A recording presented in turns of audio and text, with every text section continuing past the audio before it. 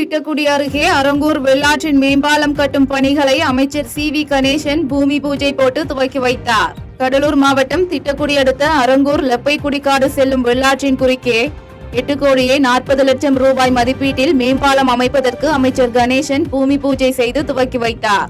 இந்நிகழ்ச்சியில் மாவட்ட ஆட்சியர் சிபி ஆதித்ய செந்தில்குமார், மாவட்ட வருவாய் அலுவலர் ராஜசேகர் மற்றும் சார் ஆட்சியர் விஷ்ணுபிரியா உள்ளிட்ட பொதுமக்கள் உட்பட பலர் கலந்து கொண்டனர்.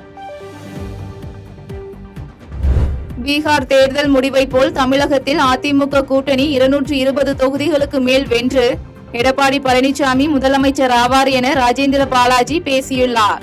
விருதுநகர் மேற்கு மாவட்ட அதிமுக கழகம் சார்பில் ராஜபாளையத்தில் வாக்குச்சாவடி நிலை முகவர்கள் பயிற்சி முகாம் கழக அமைப்பு செயலாளரும் முன்னாள் அமைச்சருமான கே.டி. ராஜேந்திர பாலாஜி தலைமையில் நடைபெற்றது. அப்போது பேசிய கே.டி. ராஜேந்திர பாலாஜி, பீகார் தேர்தல் முடிவை போல் தமிழகத்திலும் அதிமுக கூட்டணி 220 தொகுதிகளுக்கு மேல் வெல்லும் என்றும், திமுக தோல்வி முகத்தோடு கோட்டையை விட்டு வெளியேறும் காலம் வந்துவிட்டது என்றும் விமர்சித்து பேசினார். மேலும் திமுக கூட்டணியில் உள்ள 10 கட்சிகளுக்கு பல கருத்துகள் உள்ளதால் பிளவுகள் இருப்பதாகவும், அதிமுக வெற்றி முகத்தோடு கோட்டையை நோக்கி செல்வதாகவும் தெரிவித்தார். எடப்பாடியார் தலைமையில் உள்ள கூட்டணி ஜெயிக்கும். எடப்பாடியார் முதலமைச்சராக வருவார், இது உறுதி. காலம் கணிந்து வருகிறது, தொலைவில் இல்லை, நம்முடைய வெற்றி அருகில் இருக்கிறது. அதை அணைத்துக் கொள்ள வேண்டிய நேரம் வந்துவிட்டது. வெற்றியின் திருமகள் எடப்பாடியை நோக்கி வந்து கொண்டிருக்கிறார்.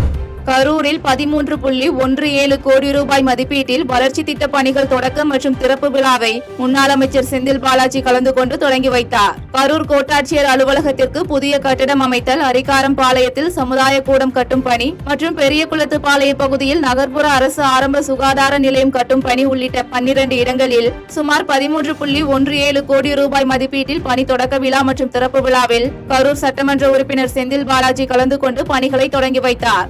பின்னர் நிகழ்ச்சிக்கு வருகை தந்த கரூர் சட்டமன்ற உறுப்பினருக்கு அப்பகுதி பொதுமக்கள் ஆரத்தி எடுத்தும் பொன்னாடை அணிவித்தும் உற்சாக வரவேற்பு அளித்தனர். சென்னை ஆர்.கே. நகரில் வாக்காளர் பட்டியல் தீவிர திருத்த பணியில் சதி நடந்துள்ளதாக அதிமுக மாவட்ட செயலாளர் ஆர்.கே. ராஜேஷ் குற்றம் சாட்டியுள்ளார். சென்னை ஆர்.கே. நகர் சட்டமன்ற தொகுதியில் 2,38,000 வாக்காளர்கள் உள்ளதாக தேர்தல் ஆணையம் தெரிவித்த நிலையில் கடந்த 10 நாட்களில் மட்டும் 1,70,000 SIR விண்ணப்பங்கள் மட்டும் விநியோகம் செய்யப்பட்டதாக மண்டல தேர்தல் அலுவலர் தெரிவித்தார்.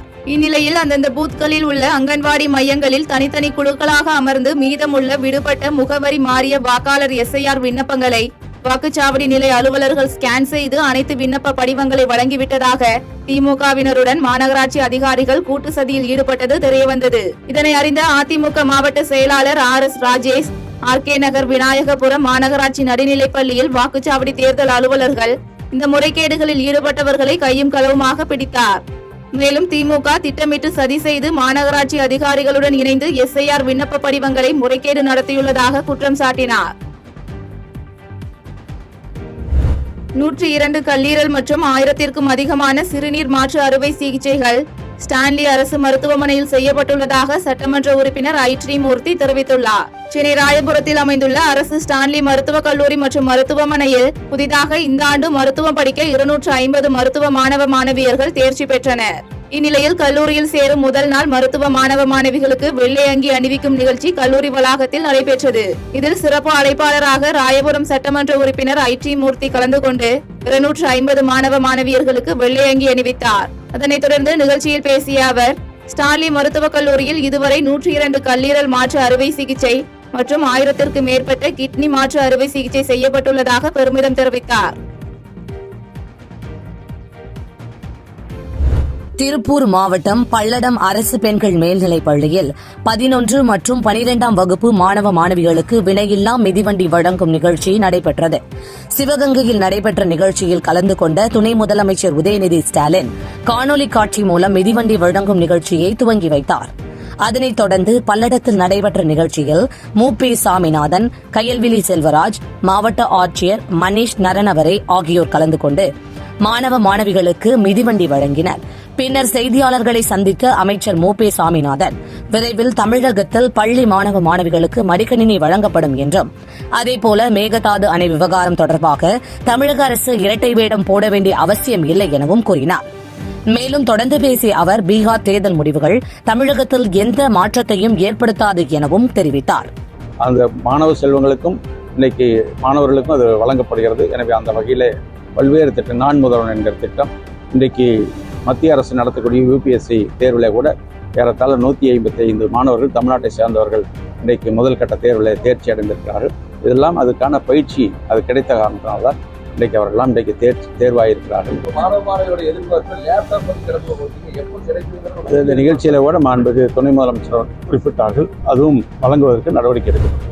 கவின் ஆணவ படுகொலை வழக்கில் தொடர்புடைய எஸ்ஐ கிருஷ்ணகுமாரிக்கு பிடிவாரண்ட் பிறப்பித்து நெல்லை மாவட்ட வன்கொடுமை தடுப்பு சிறப்பு நீதிமன்றம் உத்தரவிட்டுள்ளது. நெல்லை கேடிசி நகர் பகுதியில் கடந்த ஜூலை 27ஆம் தேதி காதல் விவகாரத்தில் ஐடி ஊழியர் கவின் என்ற இளைஞர் ஆணவ படுகொலை செய்யப்பட்டார். இந்த வழக்கில் நெல்லை கேடிசி நகர் பகுதியைச் சேர்ந்த சுஜித், அவரது தந்தை எஸ்ஐ சரவணன் மற்றும் அவரது உறவினர் ஜெயபால் ஆகியோர் கைது செய்யப்பட்டுள்ளனர். இந்த வழக்கில் சிபிசிஐடி போலீசார் குற்றப்பத்திரிகை தாக்கல் செய்துள்ள நிலையில் முதல் தகவல் அறிக்கையில் இடம்பெற்றுள்ள சுஜித் தாயார் எஸ்ஐ கிருஷ்ணகுமாரி இதுவரை கைது செய்யப்படாமல் இருந்து வருகிறார். மேலும் வழக்கு விசாரணைக்கும் ஆஜராகாத நிலையில் அவருக்கு பிடிவாரண்ட் பிறப்பித்து நெல்லை மாவட்ட வன்கொடுமை தடுப்பு சிறப்பு நீதிமன்ற நீதிபதி ஹேமா உத்தரவு பிறப்பித்துள்ளார். மேலும் வரும் 28ஆம் தேதி நடைபெறும் வழக்கு விசாரணையின் போது கிருஷ்ணகுமாரியை ஆஜர்படுத்த வேண்டும் எனவும் உத்தரவிட்டார்.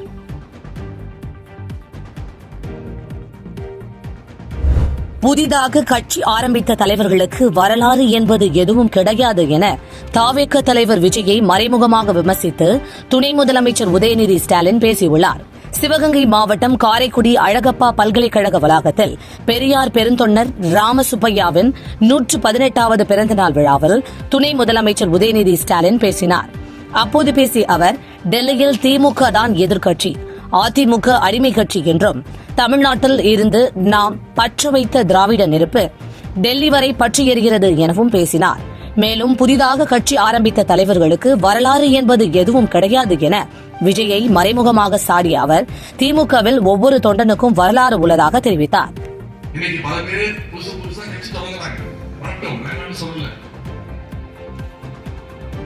கட்சியினுடைய புதுசாக இருக்கிற தலைவர்களுடைய புது தலைவர்களுக்கே அந்த வரலாறு கிடையாது. கட்சிக்கு வந்து தலைவருக்கே வரலாறு கிடையாது. ஆனா ஒரு இயக்கத்துடைய தொண்டனுக்கு எவ்வளவு பெரிய வரலாறுங்கிறத இன்னைக்கு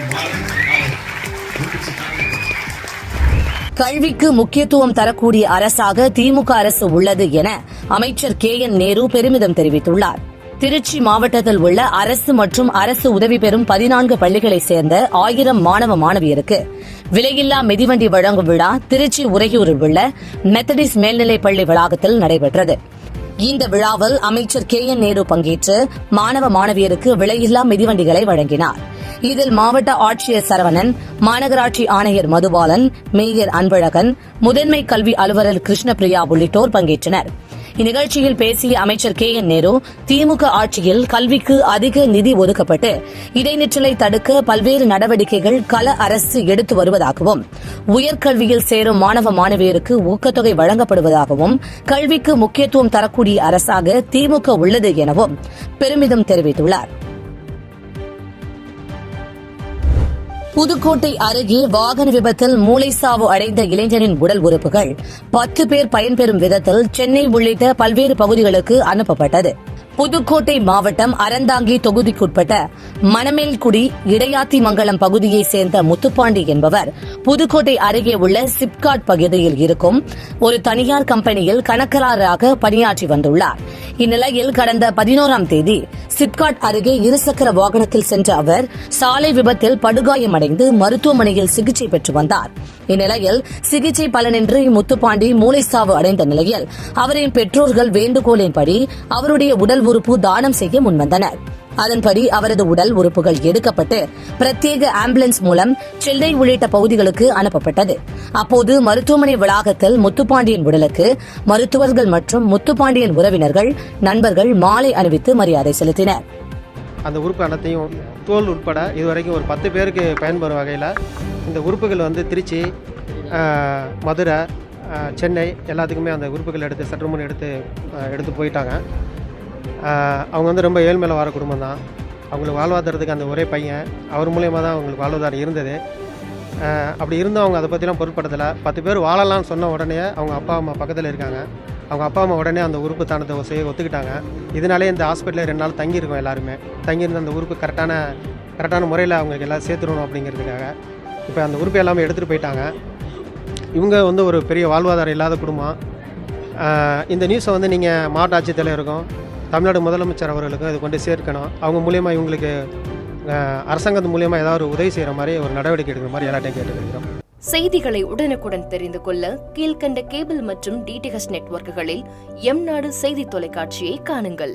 பாதகம் செய்பவரை கண்டால் நாம் பயம் கொள்ளலாகாது பாப்பா.